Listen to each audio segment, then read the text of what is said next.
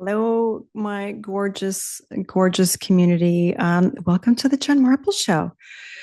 Today, I am not coming in hot. I am coming in all my feels, and I didn't want to overthink recording this because maybe then I wouldn't do it. But I think it's important to share that we do talk about it on the show, but that we're probably all in midlife dealing with some sort of big T or low T trauma that we have dealt with in our past. And sometimes it rears its ugly head. And I've really been, I'm not going to say in a dark place, but in a contemplative sort of space ever since I did an interview um, talking about my issues growing up with my father. And it's been something I've been kind of tamping down.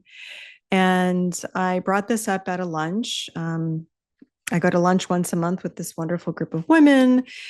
And one of my friends had said, you should really talk more about this. And I know I do get deep on the show, but I was at this lunch and I just started crying, like kind of out of nowhere, because I think I've said to you guys before, and this is the beauty of friendships and really surrounding yourself with incredible women, because some days you're going to be the wind beneath their wings and other days they're going to be the wind beneath yours, because we're only human. We are living this human life and it comes with a lot of stuff.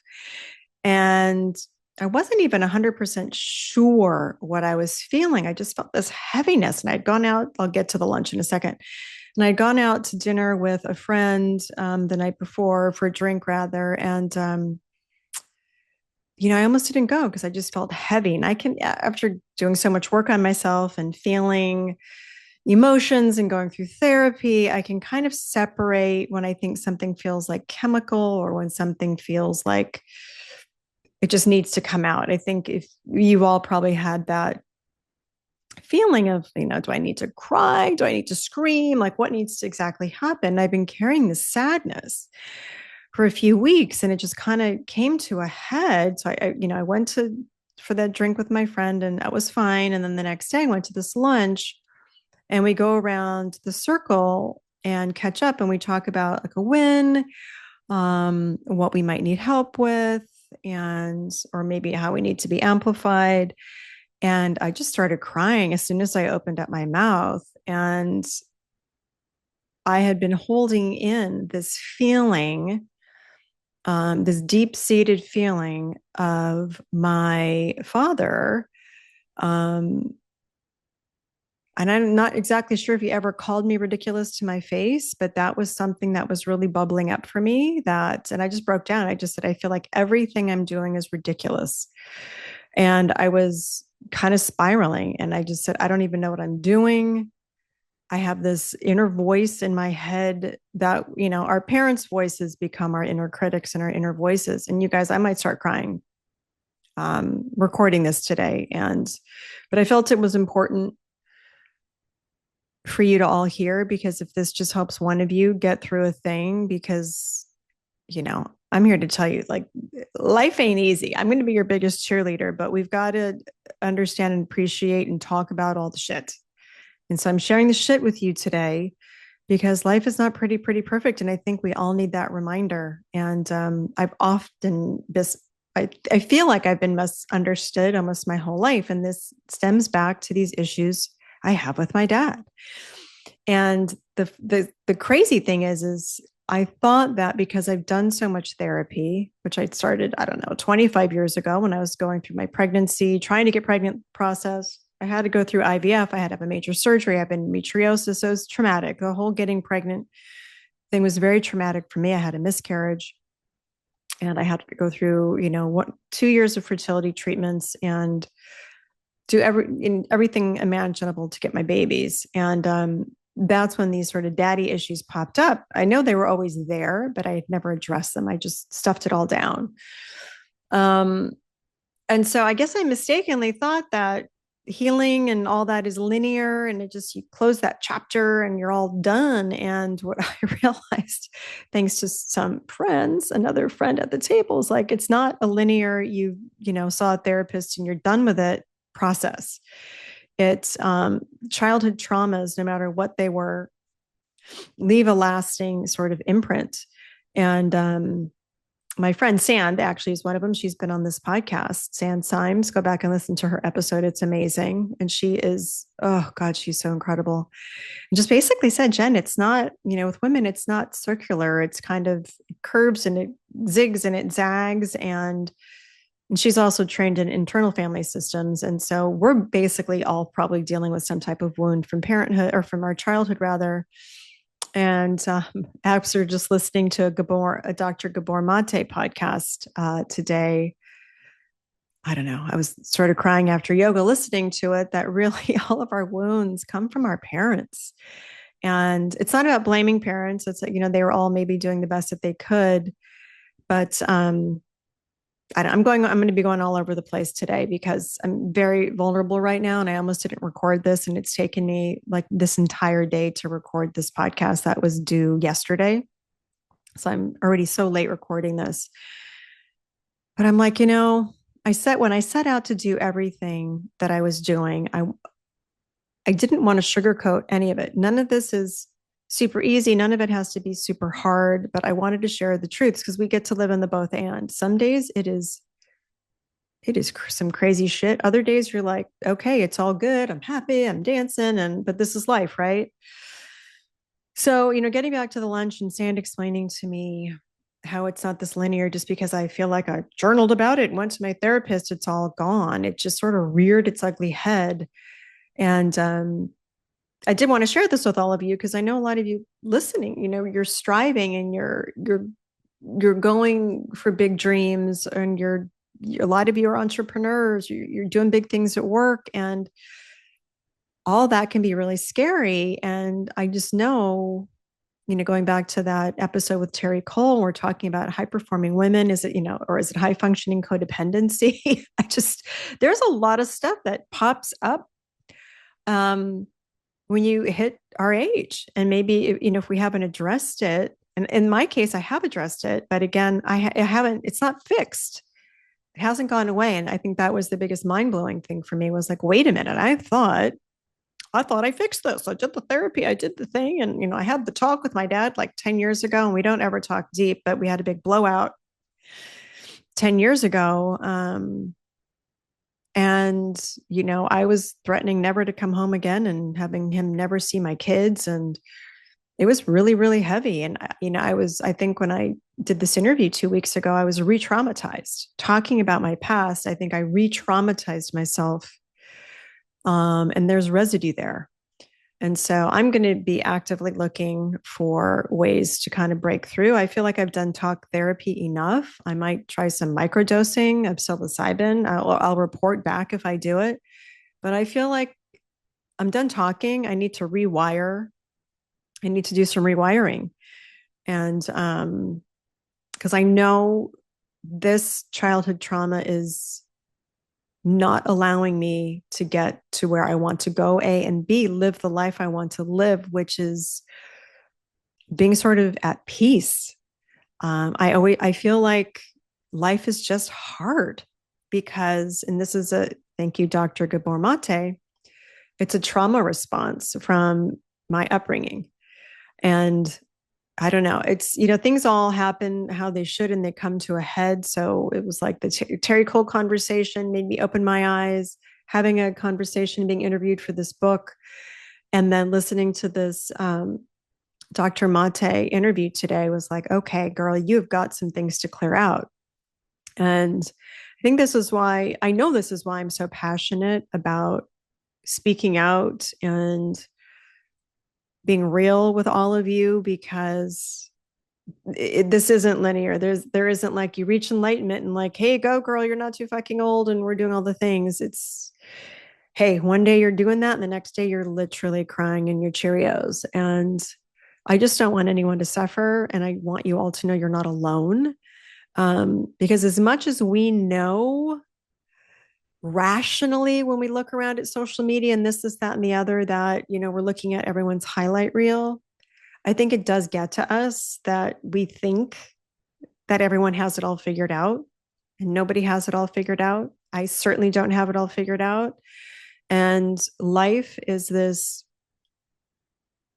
growth process, and it's ever changing and evolving, and it's really crazy. It's actually really crazy. But what I love and appreciate is that people are talking about this. Like, I am so grateful that I listened to that Dr. Mate podcast today. It was like perfect timing, since I was putting off doing this solo, because I don't want to bring you all down, but this is, I'm real, and I do a podcast a week. And so I'd be fake as all get out and fake as shit if I'm showing up every week telling you it's all happy, happy, joy, joy in my land, because it's not happy, happy, joy, joy in anybody's land. My default is the glass is half full. And so it's actually shocking to me, and it really knocks the wind out of my sails when I get to a point where I have to sit there and be the one asking for help, since I'm the giver of help. And I love that. Um, and so, again, going back to this lunch, I just had to be vulnerable. They're like, what do you need? And like, I just need you all to see me, listen, hold space, and basically fix my crown. One of my friends had reached out a couple of days later and said, how are you? And I just said, I needed to be seen, and I needed my crown. It fell completely off. It was on the ground and broken. And this is why we need our friends, and we really need to lean in. I might start crying on this podcast, FYI.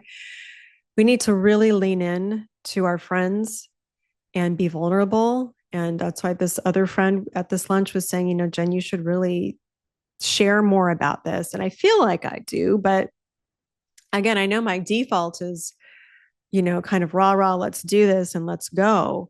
But I'd be doing myself a disservice and all of you a disservice if I didn't share and get into it. And, I don't know. I'm going to have to journal tonight. I think I'm going to have to just do a lot of fuck yous to my dad. And I think I have forgiven him, but there's still so much residue there that I just need to just kind of to say, fuck this shit, and like write this all out and like maybe burn it or something, because it's bubbled up as intensely as it feels like it was about 25 years ago. So clearly I re-traumatized myself.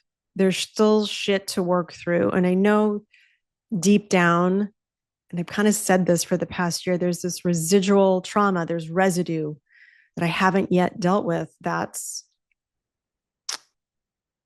stopping me or holding me back from doing certain things.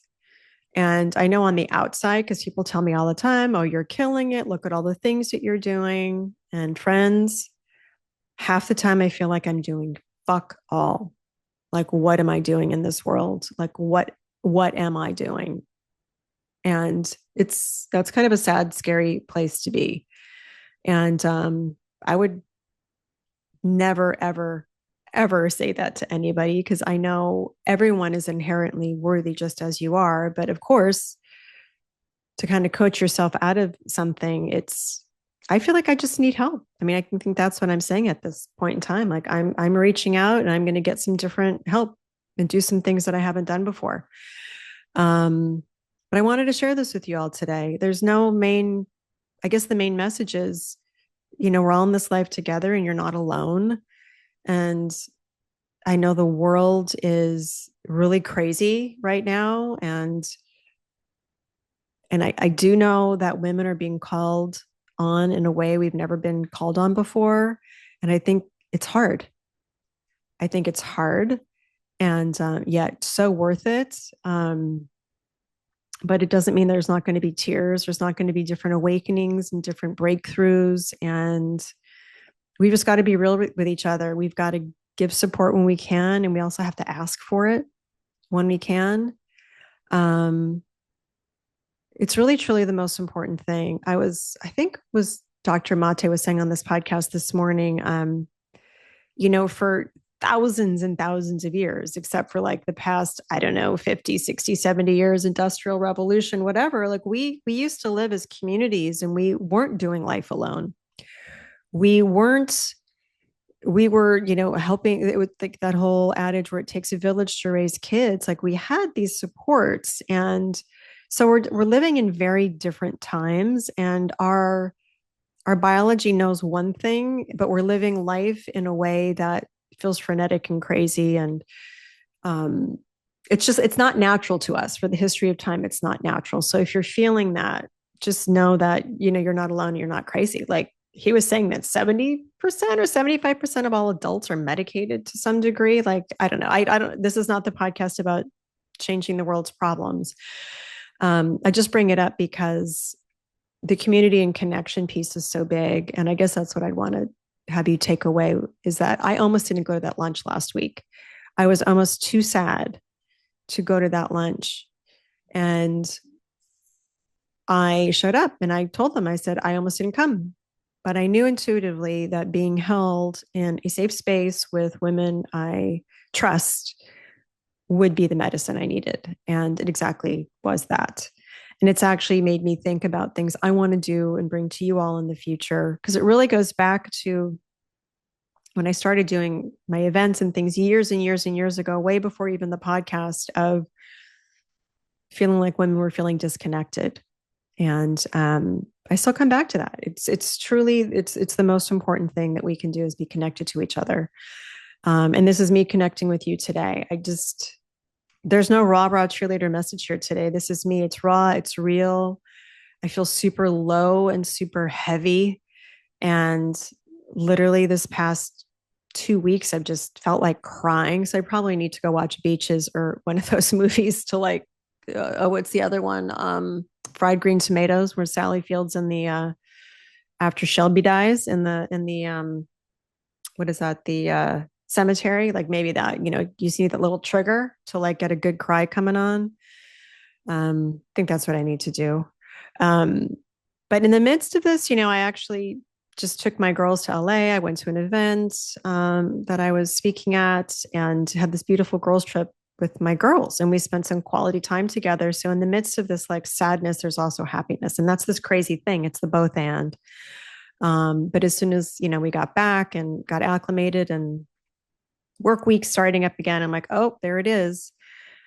And so I guess I would urge you also, if you're feeling things, just to feel them and try to not numb them. I'm the number one person that will like watch Netflix or go, it's okay, or keep myself busy or kind of run away, because when you do look at it, like I know looking at this, and if I sit down and start journaling later after I hit stop on this podcast, like it's not going to be pretty. It's going to be ugly crocodile tears. It's going to be a lot of excavation and really examining the family structure I grew up in, and the angst and the sort of the anger and the sadness I still have around it. And those are not comfortable feelings. Those are not comfortable feelings to have, and it's not pretty and it's not convenient. But I know it's so worth it.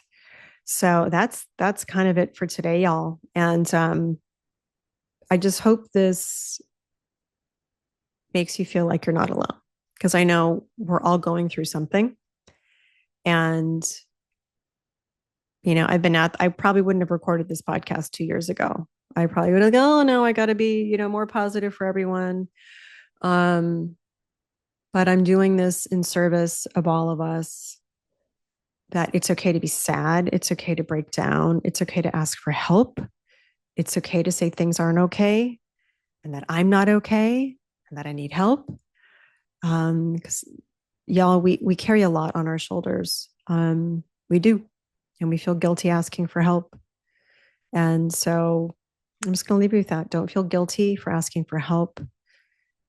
Do what you need to do. I'm going to do what I need to do. I have a couple phone calls I'm going to make to try some new therapies, to work out this. According to Dr. Mate, it's capital T trauma from childhood that I've got to work through. And no, it's not convenient. There's never a convenient time to deal with capital T trauma. And even little t trauma is traumatizing, according to him. So I guess this is also just my permission slip for you all to do what you need to do. Do what you need to do. So I'm going to sign off. I'm going to go journal. I'm going to make some calls. I'm going to experience some new therapies. I'll report back on it. But this was recorded in service of all of you. I had no idea what I was going to say today. I just knew this was on my heart. And yeah. So you know what? You're not too fucking old to do what you need to do to feel good. That's what this is about. All right. I love you all so much. Thanks for tuning in, and I'll see you next week. Bye.